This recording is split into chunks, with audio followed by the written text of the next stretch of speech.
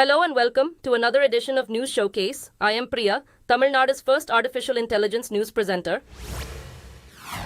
Reports say a panel that studied the option of simultaneous elections across the country for parliament and state legislatures has endorsed the idea. The committee, which presented its report to President Drupadi Murmu, indicated that its members unanimously agreed to the plan. The panel also said that local body elections in the states should follow within 100 days. The committee suggested that the Election Commission of India, in collaboration with state bodies, should undertake the creation of a unified voter list and voter identification cards. It also proposed several solutions for the scenario of a hung house, no confidence motion, defection, or any such event.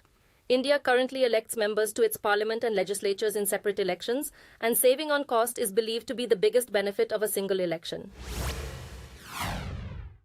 India has appointed 2 election commissioners as both posts became vacant recently. They will head the country's top election body along with the Chief Election Commissioner Rajiv Kumar. The appointment of the new officers, Sukhbir Singh Sandhu and Ganesh Kumar, comes after the shock resignation of Arun Goel just days before the regulator was expected to announce dates for the parliamentary polls. The Supreme Court of India is set to consider a petition on Friday, which challenges the appointments. The petition was filed by a lawmaker from the opposition Congress party last Monday. Election commissioners are appointed by India's president on the advice of a panel, which includes the Prime Minister, a federal minister, and a member of the Congress party. The main opposition Congress party has expressed concerns over the party's financial situation ahead of the general election. According to reports, its president Mallikarjun Kharge claimed that the government run by the BJP has frozen its bank accounts where the party's donations were kept, and the income tax department had levied substantial fines on the party. He criticized Prime Minister Narendra Modi and his BJP and urged the voters to unite and ensure his party's victory in the elections to protect the constitution and democracy in India. Kharge said that all parties should have an equal chance in an election and pointed out that despite the Supreme Court's orders, the BJP has not disclosed the large sums it has received through electoral bonds. The Indian government, in collaboration with other departments, has implemented measures to restrict access to 18 OTT platforms that disseminate content deemed obscene. As part of the move, 19 websites, 10 apps, and 57 social media accounts associated with these platforms have been disabled for public access within India. The decision was conveyed through an official statement issued by the Ministry of Information and Broadcasting. It said the move was in accordance with the provisions of the Information Technology Act, following consultations with various ministries of the Government of India and experts in the fields of media and entertainment, women's rights, and child rights. The statement said the government was still dedicated to supporting the expansion and advancement of the OTT sector. The Reserve Bank of India has ordered Paytm Payments Bank to stop offering services such as accepting deposits and processing credit transactions from March 15th due to serious rule violations. The bank was found to have thousands of accounts opened without proper identification, raising concerns about potential illegal activities like money laundering. The Enforcement Directorate has been tasked with investigating the company. After the shutdown, customers will not be able to deposit money into their accounts but can still withdraw or transfer funds. Services like salary credit, direct benefit transfers, or subsidies will no longer be available in Paytm Payments Bank accounts, but refunds, cashbacks, and sweep-ins from partner banks will continue. Naval forces from China, Russia, and Iran conducted live-fire exercises in a crucial Middle Eastern waterway this week, demonstrating their combined military strength in the unstable region. The Chinese Defense Ministry said the drills near the Gulf of Oman, involving over 20 ships from the 3 nations, were designed to bolster maritime collaboration and maintain regional peace and stability. State-run media reported that China's Navy deployed a guided missile destroyer and a guided missile frigate, Russia sent the cruiser Varyak from its Pacific Fleet, and Iran provided a variety of vessels, including frigates and fast attack boats. A state-run Russian news agency said the exercises, which are scheduled to continue until Friday, is the 6th such event since 2018. The U.S. House of Representatives has passed a bill that could ban TikTok in the country, requiring ByteDance, TikTok's parent company, to sell its stake within 6 months. The bill, which still needs Senate approval and the president's signature, was passed due to concerns about China's influence over TikTok and potential data sharing with the Chinese government.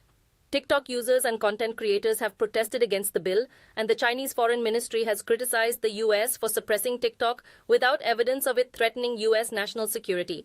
Despite TikTok's high estimated value of $268 billion, analysts suggest there would be potential buyers in the U.S. TikTok's advertising revenue has significantly increased, with estimates suggesting it will bring in about $8.66 billion from the US this year. The Israeli military has said it is attempting to significantly step up aid into Gaza in response to growing international pressure to address the humanitarian crisis there. It stated that Israel would facilitate more aid convoys following the opening of a new land route to deliver food to northern Gaza. The UN has warned that Gaza, which has been under Israeli attack since the war with Hamas began in October, is at risk of famine. The EU's foreign policy chief, Josep Borrell, stated that land routes had been deliberately closed to prevent aid delivery. The Israeli military announced that 6 trucks carrying food had entered Gaza via a new gate in the border fence, and more convoys are expected to follow. However, the distribution of aid is complicated by concerns about it falling into the hands of Hamas. As Muslims observe the holy month of Ramadan, there's a surge in demand for perfumes among the faithful.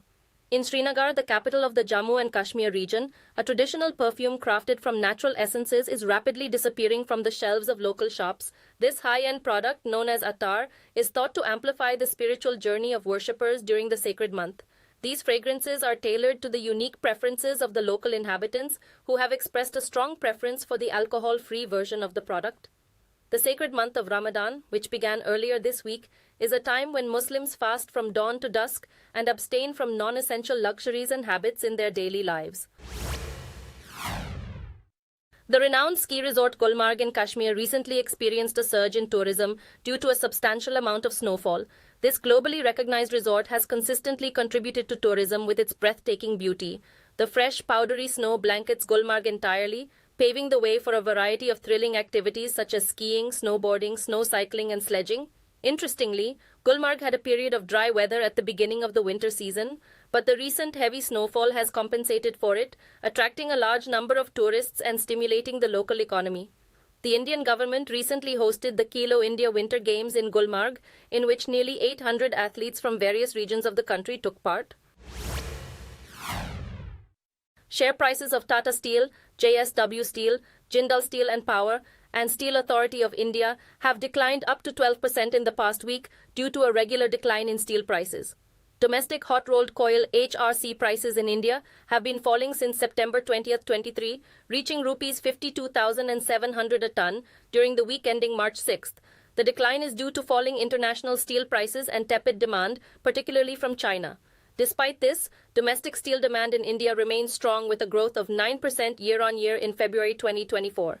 But challenges lie ahead for steel manufacturers, with ICRA reducing its demand growth expectations to 7%. Analysts expect steel margins to contract, but noted that the fall in seaborne iron ore prices is positive for JSW Steel and Jindal Steel and Power. Altria Group, the company behind Marlboro cigarettes, has announced its intention to sell over $2 billion worth of shares in AB InBev, the company that owns beer brands Bud Light and Stella Artois. This will result in Altria divesting 35 million AB InBev shares. At present, Altria holds approximately 10% of the world's largest brewer, a stake valued at around $12.7 billion. But Bud Light's sales have suffered due to a U.S. boycott triggered by the brand's collaboration with transgender influencer Dylan Mulvaney. Altria described the sale as an opportunistic transaction that capitalizes on a part of the significant return from their long-term investment. In a regulatory filing, AB InBev, which is based in Belgium, also revealed that it had agreed to purchase $200 million worth of its own shares from Altria. Thank you for watching. I am Priya, Tamil Nadu's first artificial intelligence news presenter. Do tune in, same time tomorrow, for a roundup of the latest news and updates in India and around the world.